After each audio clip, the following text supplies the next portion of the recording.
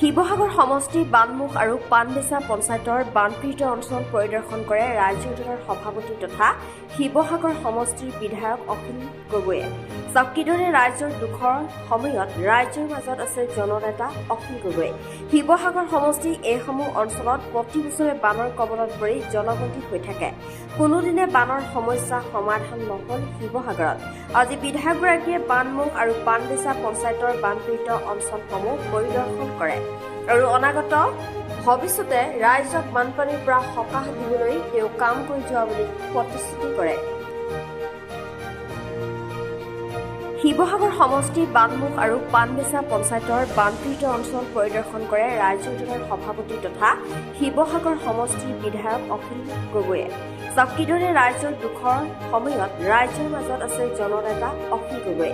শিৱসাগৰ সমষ্টি এইসমূহ অঞ্চলত প্ৰতি বছৰে বানৰ কবলত পৰি জলবন্দী হৈ থাকে।